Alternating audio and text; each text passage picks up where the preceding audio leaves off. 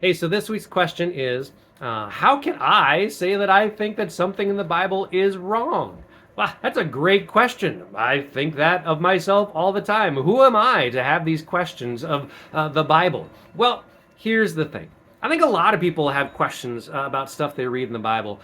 They read stuff and they can't agree with it. It doesn't make sense to them. They just can't buy it. And so I think usually when people do that, one of two things happens. One, they get to those points, they read that, and they're like, well, if this is what the Bible says, I'm out. I'm done. I can't be part of this faith. And they leave God, leave church, leave Jesus. I think that happens all the time.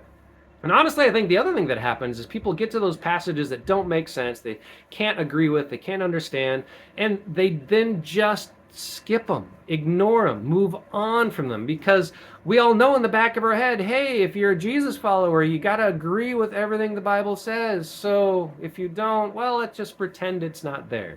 I think that happens a lot too. Thing is, I just stumbled into this. Where years ago, when I would get to those passages in the Bible and it was something that I didn't agree with, didn't make sense to me, I would just write in there, I don't agree with this. I think this is wrong. And then when I would read those passages later on, weird things would happen. I would see things that I hadn't seen before, and I'd wrestle with it in a new way. Or I would have understood a different section of the Bible that now is helping inform what I think of this section, and I'm seeing it in a different way.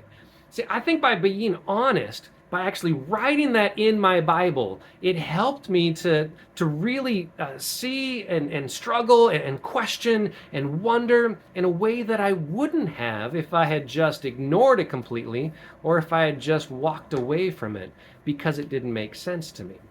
And I guess my hope is that by being honest about that, people might realize that's okay. In fact, I think that's actually what Jesus wants us to do. Jesus wants us to ask questions. Jesus wants us to see things in a new and different way all the time. I don't think it's coincidental that I never write that I don't agree with this, I don't understand this around something that Jesus says. It's one of the other things that Jesus wants to help me see in a new light, interpret in a new way. So, you get across something in the Bible like where Paul says, hey, slaves, obey your masters. You know what's written in my Bible at that point? I don't agree with this. And although I've done a lot of wrestling and struggling and know that what Paul is saying is actually groundbreaking for the time and how he talks about that dynamic is absolutely incredible, I still wish Paul would have just written, hey, this is wrong. This is not how life is supposed to be. Hey, if you are a master in this situation, you should stop that. That should never be okay. Paul doesn't.